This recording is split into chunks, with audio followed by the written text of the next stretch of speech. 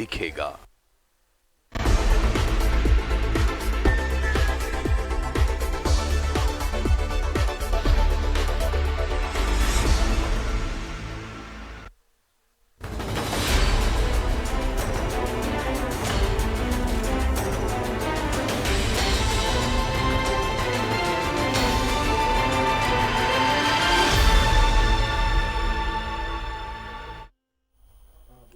नमस्कार, स्वागत है आपका न्यूज 11 भारत में 11 स्पेशल के साथ मैं हूं आसिया। खाद्य आपूर्ति विभाग में टेंडर घोटाले से जुड़े खुलासे का पार्ट 1 हमने आपको दिखाया था। आज बारी पार्ट 2 की है। सबसे पहले आपको दिखाते हैं इस गड़बड़झाड़े को लेकर शिकायतकर्ता के लिखे पत्र के बारे में। झारखंड राज्य खाद्य निगम ने माल पहुंचाने का टेंडर।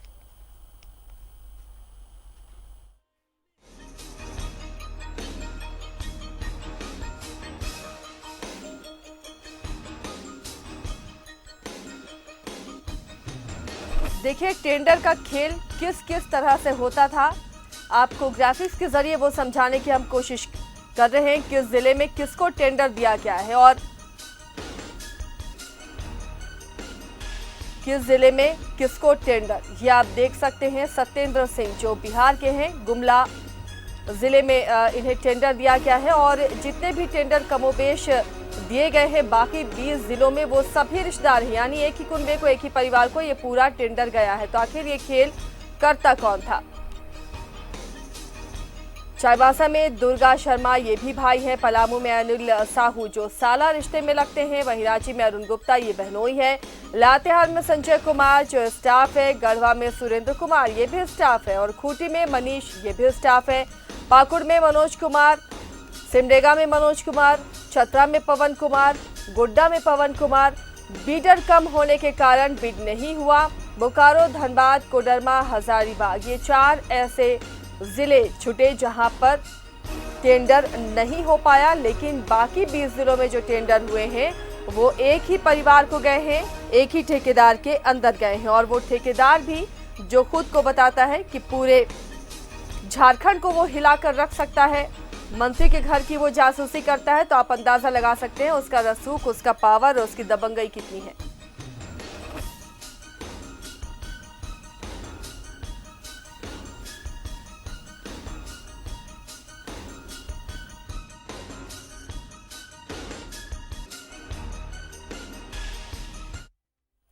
और चलिए अब आपको दिखाते हैं कि आखिर ये टेंडर का खेल कैसे होता है।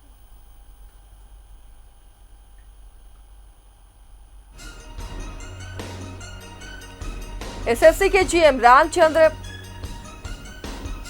पासवान है और इनका एक ऑडियो है जिसमें ये कबूलते हुए दिख रहे हैं कि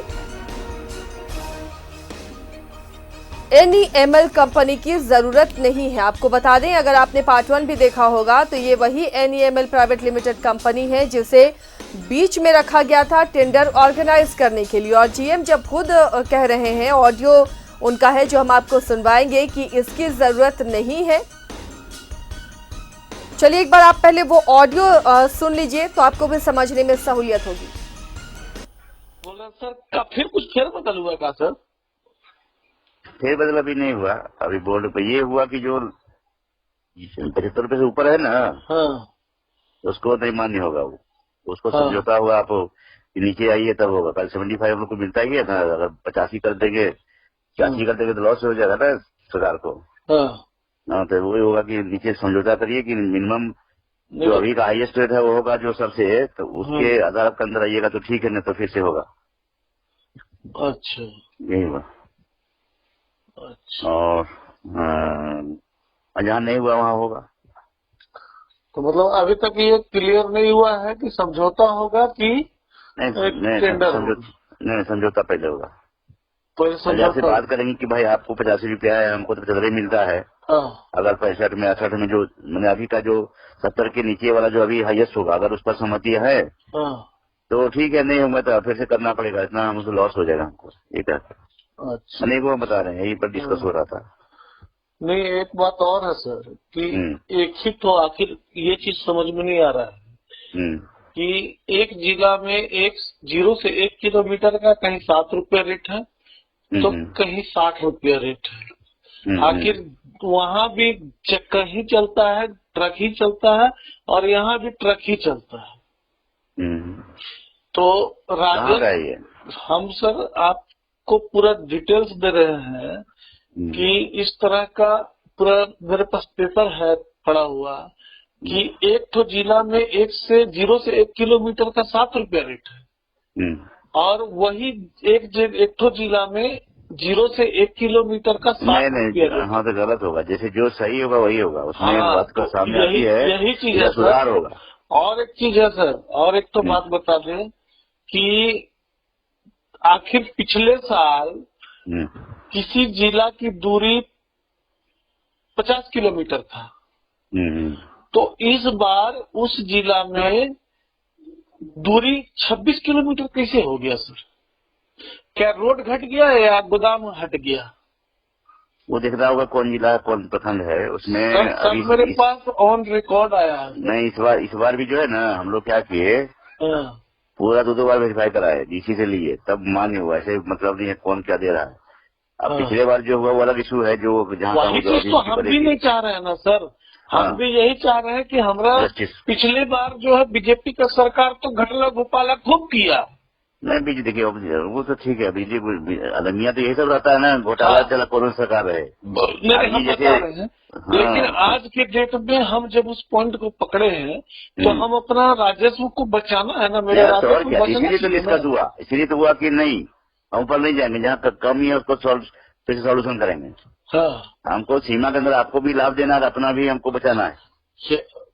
NEML कंपनी सर 0.6% लिया है, उसका अमाउंट टोटल 2 साल का जोड़ते हैं तो हमको लगता है साला करोड़ रुपया उसका कमीशन खाली बन रहा है सर। हमको तो लगता है बेकार है, वो तो बेकार। आखिर क्यों नहीं तो संकल्प वाले करें, सरकार तो पागल है, आजा बताते हैं, संकल्प दिए हुए हैं उस गलत करा दी साले को।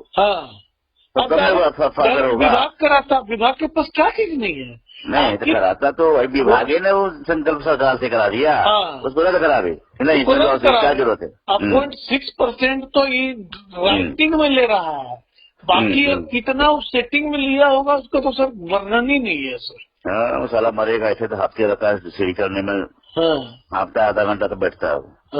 तो राइटिंग में 0.6% में हम सर अभी जोड़ के निकाले हैं, इसमें हमको लगता है कि अरबों रुपये तक पहुंच जाएगा। अरबों नहीं पहुंचेगा भी तो अच्छा खासा जरूर रहेगा। करोड़ों सर, करोड़ों है, निकाल के बोलिएगा तो कैलकुलेशन भेज देंगे हम।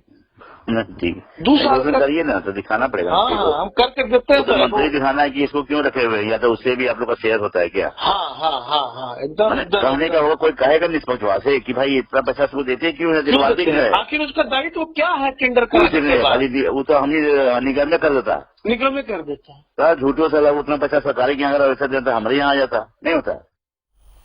तो सुना आपने टेंडर का ये पूरा खेल आखिर कैसे होता है, क्यों होता है, समझ में आपको आ गया होगा। हमारे साथ चर्चा के लिए इस वक्त 2 खास मेहमान स्टूडियो में मौजूद हैं। कांग्रेस से आलोक दुबे जी हमारे साथ जुड़े हुए हैं, साथ ही हमारे साथ बीजेपी से प्रदीप सिन्हा जी जुड़े हुए हैं। आप दोनों का बहुत बहुत स्वागत है। आप दोनों के पास पहुंचूंगी सवाल के साथ, लेकिन हमारे सहयोगी अजय लाल भी हमारे साथ जुड़े हुए हैं। अजय, पूरी ऑडियो को सुना, यहाँ मौजूद मेहमानों ने भी और जनता ने भी सुना है। सरकार किसी की भी हो, घोटाले तो होते रहेंगे, ये जो जीएम ने कहा है ना, ये बिल्कुल सही वाली बात नजर आ रही है। बिल्कुल आशा, देखिए जीएम जो एसएफसी के जीएम है रामचंद्र पासवान, उनकी बातों को गौर करेंगे, उनके शब्दों को गौर करेंगे तो लगता है कि जानबूझकर कुछ अधिकारी, इस राज्य सरकार के कुछ अधिकारी सूबे के युवा मुख्यमंत्री हेमंत सोरेन को अंधेरे में रखकर उस पाप की गठरी को ढो रहे हैं जिसकी वजह से पुरानी सरकार यानी भाजपा की सरकार की फजीहत हुई थी और आज वो विपक्ष में है। आखिर वो कौन से अधिकारी हैं, ये जानते हुए कि पुरानी सरकार में गलतियां हुई, उन पापों को भी क्यों ढोया जा रहा है, ये अहम सवाल है। देखेंगे जीएम ने जो रामचंद्र पासवान ने जो शब्द दिए हैं, बातचीत का जो ऑडियो है न्यूज 11 के पास एक्सक्लूसिव, उसमें ये कह रहे हैं कि सरकार किसी की भी हो, आदमी यही लोग रहता है। मतलब कि 5 साल तक, यानी कि जब तक सूबे में रघुवर दास की सरकार थी, ये बेफिक्र होकर काम करते रहे। लेकिन कुछ अधिकारियों की मुझे लगता है कि इसमें मोटी कमाई होती रही थी, लिहाजा उस पाप की गठरी को आगे भी ढोया जाता। अभी तक उम्मीद तो मैं ये कर रहा हूं कि राज्य सरकार इसमें न सिर्फ पूरे टेंडर को रद्द करेगी बल्कि ऐसे लोगों को भी निकाल बाहर करेगी जो कि बेवजह टेंडर ऑर्गेनाइज करके एक बड़ी रकम, जैसा कि ऑडियो के माध्यम से आ रहा है बात कि कम से कम पूरा का पूरा कमीशन 22 से 23 करोड़ रुपया हर साल यूं ही जाता है बगैर किसी काम का। और NEML जो कंपनी है वो यहाँ पर आंगनबाड़ी का काम करने के लिए आई थी और जो टेंडर इस बार 20 जिलों का हुआ है आसिया, आप उस नाम को देखेंगे तो आप आश्चर्य रह जाएंगे कि वही नाम है जो पिछले 5 सालों से पूरा का पूरा ठेका लेती रही है। यानी कि सब कुछ अधिकारियों की जानकारी में है। मुख्यमंत्री हेमंत सोरेन को अंधेरे में रखकर, मंत्री को हो सकता है जानकारी हो न हो ये बाद में सामने आएगी, लेकिन सरकार को अंधेरे में रखकर कुछ अधिकारी इस जो दागी लोग हैं उनको न सिर्फ टेंडर दे रहे हैं बल्कि उनके माध्यम से जो कहा जा सकता है कि लाभान्वित होने का किस रूप में ये लोग लाभान्वित हो रहे हैं, जबकि SFC के अधिकारी इस बात को स्वीकार कर रहे हैं कि गलतियां हुई है, NEML को नहीं रखा जाना चाहिए, रेट भी कई जिलों में ज़्यादा है। फिर सवाल उठता है कि इस सच के बाद अब आगे क्या बचता है। एक ही उपाय है कि इस पूरे टेंडर को सरकार रद्द करे, नए सिरे से टेंडर हो, और यह भी तब जबकि इस टेंडर की प्रक्रिया लॉकडाउन में पूरी कराई गई थी, तमाम जिलों के लोग नहीं आए थे, मिल बैठकर टेंडर बांटे गए। तो पूरा का पूरा सच न्यूज 11 के माध्यम से राज्य की सवा 3 करोड़ जनता के सामने आसिया। बिल्कुल सही कहा जय आपने, और इसका जवाब बेशक सत्ता पक्ष से लेना बहुत जरूरी है। आलोक जी, NEML रघुवर दास के वक्त लेकर आए जब वो मुख्यमंत्री थे, काफी बदनाम भी इसकी वजह से सरकार रही और बाद में जनता ने अपना फैसला भी सुनाया। आखिर अब उसे क्यों ढोया जा रहा है, ये सरकार क्यों ढो रही है, क्या घालमेल है?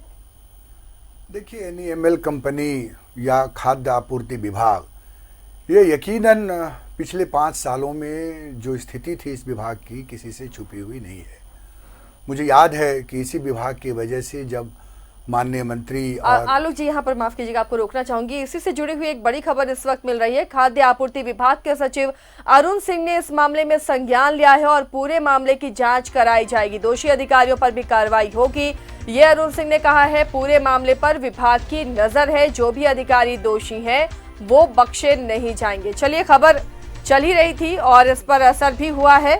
जो भी अधिकारी दोषी हैं उन्हें नहीं बख्शा जाएगा। विभागीय सचिव ने कहा है इस मामले पर विभाग की नजर है और इसकी जांच कराई जाएगी। चलिए आलोक जी, जांच कराने का तो आश्वासन मिल गया, लेकिन सवाल वही है कि आखिर क्यों खाद्य आपूर्ति विभाग के मंत्री इसे ढो रहे हैं, उनकी नजर इस पर कैसे नहीं गई, क्यों खामोश हैं? देखिए, ये इस सवाल के जवाब को थोड़ा समझने की जरूरत ये है कि एक तो अभी कोरोना के काल चल रहे हैं और इस कोरोना काल में कौन टेंडर करता है, किसको टेंडर मिलता है, ये जो अधिकारी इसमें इन्वॉल्व रहते हैं ये उसके लिए ज़्यादा जिम्मेवार होते हैं। और नंबर दूसरा जो महत्वपूर्ण चीज़ ये है कि ये 5 साल से NEML यहाँ पर टेंडर करवा रहे हैं और इन लोगों का एक मकड़जाल फैला हुआ है कि किस तरह से यहाँ FFC के गोदाम में अनाज सड़ जाते हैं। नमक से, जो राजस्थान से नमक आया था, वो नमक खाने से लोगों की जान चली जाती है। तो पिछले 5 साल में यही कंस्पिरेसी होती रही है यहाँ खाद्य आपूर्ति मंत्रालय में विशेषकर। हम लोगों ने खुद विपक्ष में रहते हुए उसको लेकर आंदोलन भी किया था कि कैसे इतनी अनाजें जो है वो सड़ जाती हैं। और आपको जानकर ये आश्चर्य होगी कि इधर 3 महीने के अंदर जब हम लोगों को राशन पहुंचा रहे थे तो कई डीलरों से ये शिकायत मिलती थी कि जो राशन आता है हर बोरे में चावल, दाल, चीनी वो कम रहते हैं और कम रहने के वजह से डीलर उनको जो है कम दिया करते थे। पहले ये इतनी बातें सामने इसलिए नहीं आती थी कि कोई इतना बड़ा संकट नहीं हुआ था। तो जब हम लोगों ने घेरना शुरू किया तो आपको जानकर आश्चर्य होगा कि 250 से ज़्यादा डीलरों का लाइसेंस रद्द किया गया। कई ऐसे अधिकारी थे जिनके ऊपर में कार्रवाई की गई, इसलिए की गई कि इन लोग पूरी तरह से एक कंसेंसस बना के रखा हुआ था इन लोगों ने यहाँ पर। और अब जान जाइए, जो टेंडर की प्रक्रिया में जो लोग भी इन्वॉल्व हैं या जो लोग भी ऑडियो वायरल किए हैं या बातें, उस सब की जांच होगी। क्योंकि आप जिस खाद्य आपूर्ति मंत्री हमारे अध्यक्ष भी हैं डॉक्टर रामेश्वर राव जी, और वो ऊपर वाले की दया से वो टेंडर के इस सब खेल में न वो कभी रहेंगे और उम्र के जिस पड़ाव पर हैं उनको कोई सब चीज़ से लेना देना भी नहीं।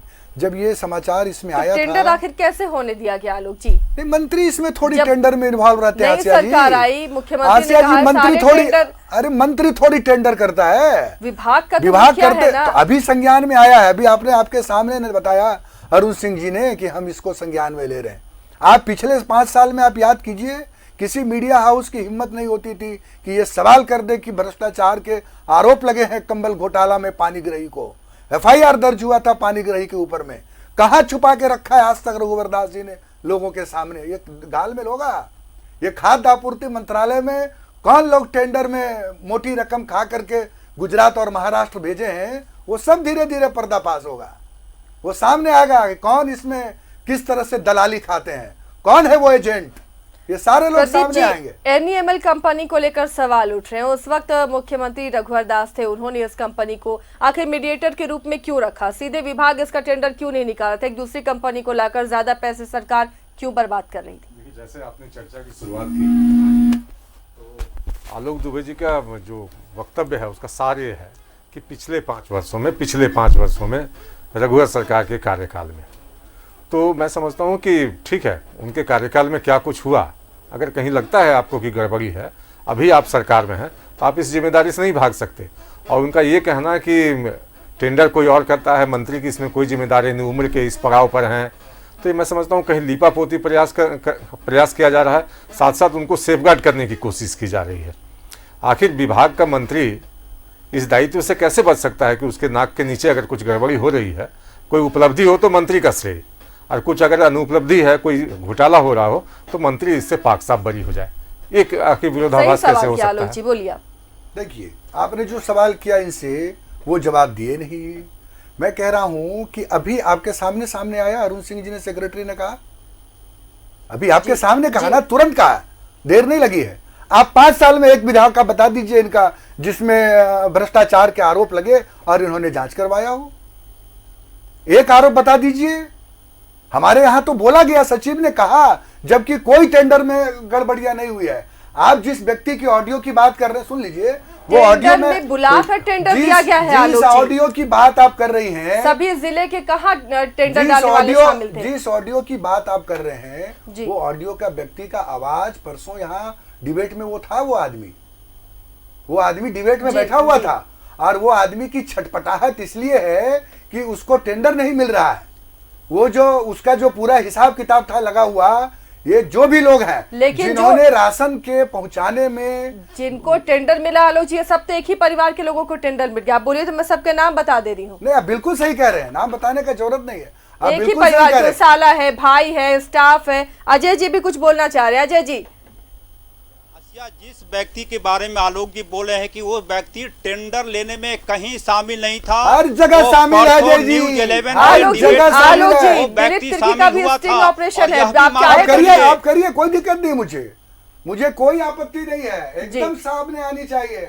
ये ऐसे लोगों पे कार्रवाई तब होती जाएगी। काला मुंह होगा बीजेपी का, जिसने 5 साल NEML को लाके दिया, जिन्होंने टेंडर के घोटाले में रामविलास पासवान जी को ये कहा कि चलिए, अब आलोक जी तैयार है, दिलीप तिर्की का स्टिंग ऑपरेशन भी दिखा सकते हैं। आप बिल्कुल दिखाइए, आप दिलीप तिर्की जी जिनके ऑडियो हैं उनको भी दिखाइए, और एक ही आवाज ऑपरेशन है। आलोक जी, इंतजार कीजिए, कल वो दिख जाएगा। आसिया जी, आप तो आवाज दिखा रही हैं, मैं तो जो व्यक्ति परसों यहाँ बैठा हुआ था, वो उस आदमी की मैं आवाज पहचान गया। कल सिर्फ ऑडियो नहीं, मैं तो उस आदमी की आवाज पहचान गया कि किस तरह से ब्लैकमेल कर रहा है। वो आपके मैं तो आवाज पहचान रहा हूँ, दिखेंगे वो ब्लैकमेल कर रहा है, ब्लैकमेल करने वाले। ये तो ऑडियो आप देख रहे हैं ना आलोक जी, वो मंत्री का नाम लेते हुए दिखाई देंगे, सिर्फ ऑडियो नहीं, वो दिखाई भी देंगे। ब्लैकमेल करेंगे वो भी सलाखों के पीछे रहेंगे, और जिन लोगों ने महाराष्ट्र और गुजरात में पैसा पहुंचाया है वो भी सलाखों के पीछे रहेंगे, कोई बचेंगे नहीं। यहाँ कोई टेंडर का खेल खेलने के लिए नहीं आया। जिन लोगों ने टेंडर के माध्यम से चूहा खा के बांध गया है, वो सारे लोग। चलिए आलोक जी, आपने कहा था कि कंबल घोटाले को भी किसी की हिम्मत नहीं थी, लेकिन आपको शायद याद होगा न्यूज़ 11 भारत ने ये घोटाला उठाया था, आप भी उस पैनल में मौजूद थे। हाँ बिल्कुल, मैं था। तो ये उस वक्त भी न्यूज़ 11 भारत ने हिम्मत दिखाई थी सरकार के खिलाफ, और आज भी हम दिखा रहे, जो गलतियां होंगी, जिसकी गलतियां होंगी उसे माननी पड़ेगी। लेकिन उसकी भरपाई कब हो रही है जी, उसकी भरपाई कब हो रही है? हेमंत सोरेन की सरकार ने उसकी जांच के आदेश दिए हैं। जो राज्यसभा के चुनाव को योगेंद्र साहु जी के यहाँ जाकर के प्रभावित किया था, उसकी इंक्वायरी कब हो रही है? आज हो रही है हेमंत सोरेन के शासनकाल में। मैनहट पर कब हो रही है बात? आज हो रही है बात। उस समय बात नहीं हुई, कार्रवाई नहीं हुई थी प्रदीप जी? मैनहट पर जब हमने केस किया था, कार्रवाई क्यों नहीं हुई? मैनहट पर जब हमने केस किया था तब माननीय उच्च न्यायालय ने FIR करने का आदेश दिया मैनहट पर था। तो किताब भी आ गई है प्रदीप किताब से मतलब नहीं है, वो तो 5 साल मजा किए हैं सरकार में। अब किताब देकर के भाषण देने से थोड़ी हो जाती है। प्रदीप जी क्या कहेंगे आप? देखिए, ये जो लिपापोती का प्रयास कर रहे हैं ना, मैं समझता हूँ कि जो जनता देख रही होगी वो समझ रही होगी। और प्रश्न ये है कि अगर 5 साल की गलतियों का आप लेकर चल रहे हैं तो हम तो उस बैगेज को लेकर अपने कंधे पर चलते हैं। जब हमारा प्रधानमंत्री कहता है कि न खाऊंगा ना खाने दूंगा, तो उस सूत्र वाक्य को हम गांठ बांध कर चलते हैं। और एक भाजपाई होने के नाते मैं बहुत ऐसे घोटाले उजागर हो रहे हैं। भाजपाई होने के नाते मैं जरूर कहूँगा कि जो अनुयायी है नरेंद्र मोदी के पद चिन्हों पर चलने के लिए कटिबद्ध है, वो निश्चित रूप से भ्रष्टाचार के खिलाफ खड़ा होगा। अब इनकी सरकार की जवाबदेही है, आज सत्ता इनके हाथों में है। ये बताएं कि कहाँ कहाँ गलतियां हुई, आलोक जी से ज्यादा ये बताएं कि गलतियां कहाँ कहाँ हुई और कौन कौन लोग शामिल थे। अब तो जवाबदेही इनकी है, लेकिन सिर्फ बयानबाजी करना, चैनल पर आके चिल्लाना और अमुक व्यक्ति का आवाज में पहचानता था, परसों डिबेट में था, लेकिन उसके सामने बोलने की हिम्मत नहीं हुई। आज जब वो व्यक्ति नहीं है तो वो व्यक्ति का आवाज में पहचानता था। ये तो इतने बड़े एक्सपर्ट हैं कि आवाज भी पहचान लेते हैं किसी की, लेकिन उस वक्त नहीं बोलते कुछ जब वो व्यक्ति सामने होता है। पिछली सरकार को तो दागदार बता रहे हैं आलोक जी, इस सरकार पर दाग क्यों लगाना चाह रहे हैं? क्यों ऐसे टेंडर्स हो रहे हैं, क्यों ऐसे घोटाले हो रहे हैं? जब मुख्यमंत्री कह रहे हैं कि लोकल को, स्थानीय को, आदिवासियों को टेंडर 25 करोड़ तक का मिलेगा, तो आखिर क्यों ये सारे बाहरी लोग टेंडर पर काबिज हैं? प्रदीप जी, पहले मैं ये बता दूं कि मैं किसी से डर नहीं रहा हूँ, और वो व्यक्ति को आप भी अगर परसों रहते डिबेट में तो आप भी जान जाते। आशा जी भी जान मेरी पार्टी के प्रवक्ता थे यहाँ, प्रतिनिधि थे मेरी पार्टी पूछ की। मैं रहूं ना रहूं, मेरी पार्टी के प्रतिनिधि भाई आपके प्रतिनिधि से पूछ लीजिए, वो भी पहचान जाएंगे। ठेकेदार की इतनी हिम्मत कैसे कि वो झारखंड हिलाने की बात कर रहा है? भाई आश्चर्य, ये हिम्मत कहाँ से आती है? मंत्री के घर की जासूसी कर रहा है जी, तो इस पर 3 दिन से एक्शन क्यों नहीं हुआ? वही कह रहा हूँ मैं, इतनी हिम्मत सुरक्षा के दृष्टिकोण से भी आप देखिए कैसे वो मंत्री के घर की जासूसी कर रहा है। हिम्मत इन लोगों को आई कहाँ से? कौन दिया इनको इतनी ताकत? कैसे वो हिम्मत कर गया ये कहने का कि 2 करोड़ रुपए, 1 करोड़ रुपए हम कुछ भी दे सकते हैं? मैंने देखा है आपके यहाँ।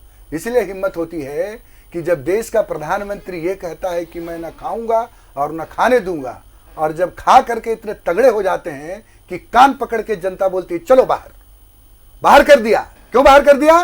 क्योंकि यही खा खा के तो इतना खा गया है ना। अब आपको दिखाना पड़ेगा, आपको कार्रवाई करके। कार्रवाई हो रही है मैडम, कार्रवाई हो रही है। तभी तो कंबल घोटाले पर आपकी जांच हो गई, तभी तो खाद्य में जो टेंडर हुए अभी तुरंत आपने दिखाया कि अरुण सिंह ने कहा कि हम इसकी जांच कराएंगे। और ये जो कह रहे हैं कि ना खाऊंगा ना खाने दूंगा, ये खाने और खाने दूंगा 4 महीने का तो आपका सारा चिट्ठा है। जमीन बेच दिया, कोयला बेच दी, आसमान बेच दिया, गैस बेच दिया। लोगों ने खरीदी। पहले सुन लीजिए, धैर्य रखिए, हिम्मत कीजिएगा उन लोगों के खिलाफ भी जांच करने का। सुन लीजिए क्या क्या बेच दिया इन लोगों ने। रेलवे स्टेशन बेच दिया, एयरपोर्ट बेच दिया, गैस कंपनियां बेच दी, कोयला बेच दिया, सारे राष्ट्रीय कंपनियां बेच दी। और अब बात कर रहे हैं बड़ा बड़ा।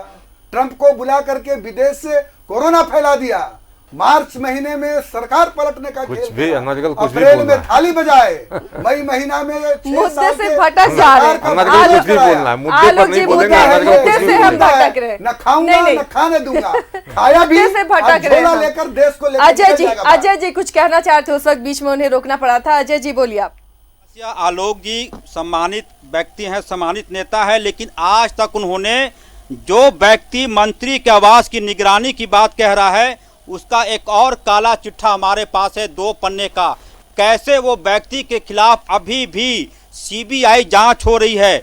उस व्यक्ति ने, आपको मैं बता दूं कि मेरे पास जो चीज़ें हैं उसमें है कि यदि निष्पक्ष जांच हो जाए तो ना सिर्फ मौजूदा जो अभी के कई अधिकारी हैं, बल्कि पूर्व में भी कई ऐसे लोग हैं। मैं अपने सहयोगी अरविंद से कहूँगा कि वो कैमरे में आकर दिखाने की कोशिश करेंगे कि हमारे पास जो पूरा का पूरा डॉक्यूमेंट है आसिया, इसको मैं आने वाले दिनों में दिखाऊंगा कि पूरा सत्येंद्र सिंह के खिलाफ जो व्यक्ति ये कह रहा है कि 2 करोड़ 4 करोड़ मैं फेंक दूंगा, यह भी कह रहा है कि ब्रह्मा विष्णु महेश को मैं जेब में लेकर चलता हूं, उनके खिलाफ देखेंगे कि कई जगहों पर इस व्यक्ति ने क्या क्या काम ले रखा है। एसएफसी ही नहीं, एफसीआई और सीडब्ल्यूसी केंद्रीय भंडारण का जो ठेका है उसने अपने नाम से ले रखा है। उसके बाद एफसीआई के तत्कालीन उप महाप्रबंधक श्री कार्तिकेयन जी थे, उनको एक बारे में भी कई तरह की बातें आ रही है। उसके बाद पूरा का पूरा और आगे जाएंगे तो यहाँ पर देखेंगे कि इस व्यक्ति के खिलाफ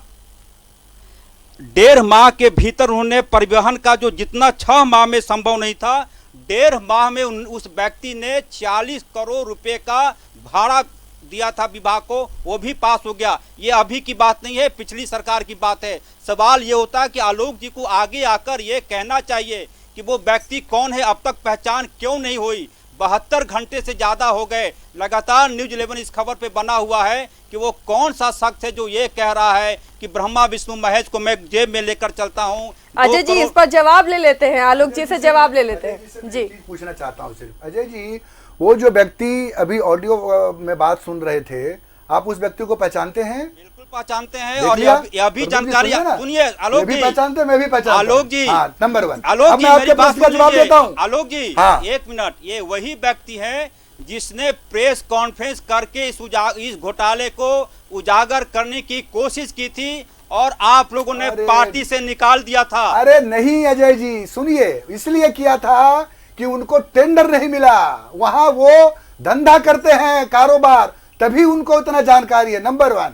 नंबर 2, जहां तक आपने सत्येंद्र सिंह की बात की है और ठेकेदारी की बात की, मैं ठेकेदारी करता नहीं हूं, लेकिन जो आपने ठेकेदारी की बात कही है, मैं फिर आपको कह रहा हूं, आपने कहा कि ये बीजेपी के शासनकाल में सत्येंद्र सिंह ने अपना साम्राज्य स्थापित किया है और तभी उसको इतनी हिम्मत है बोलने का कि मैं झारखंड को हिला दूंगा। झारखंड को हिलाने वाले बड़े बड़े सूरमा आए और चले गए, वो क्या हिलाएंगे झारखंड को? बहुत जल्दी वो सलाखों के पीछे रहेगा, ये मैं आपको वचन देके जाऊंगा। आलोक जी की तारीफ करनी होगी, उन्होंने इतना स्वीकार किया, इतना हिम्मत उन्होंने दिखाई कि वो उन्होंने अभी आपके सामने सेक्रेटरी ने हिम्मत दिखाया कि मैं इसकी जांच करूंगा। जांच की बात तो हुई। प्रदीप जी, बहुत आरोप लग रहे हैं, हालांकि सवाल सत्ता पक्ष से हो रहा है, लेकिन कहीं ना कहीं उसके पीछे बीजेपी नजर आ रही है।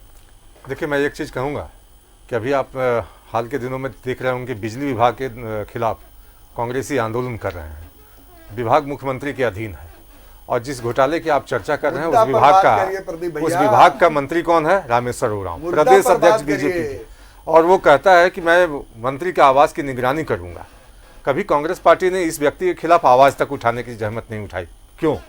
कहीं ना कहीं अंदर खाने कुछ जरूर बात है, लेकिन सिर्फ चैनल पर आके उसको बिल्कुल डिसोन करना और सारी दोष पिछली सरकार पर लाद देना, इस जवाबदेही से आप बच नहीं सकते। आप तो नेहरू तक चले जाते हैं। आज आपके पास सत्ता है, नेहरू तक पहुंच जाते हैं। आज इस राज्य की जनता ने जवाब दी है, मुख्यमंत्री तक आज इस राज्य की जनता ने जवाबदेही दी है। आप तो नेहरू तक करके तो दिखाइए, आप जांच करके दिखाइए और कौन कौन लोग हैं उनका नाम लाइए सामने। हम तो चुनौती दे रहे हैं आपको।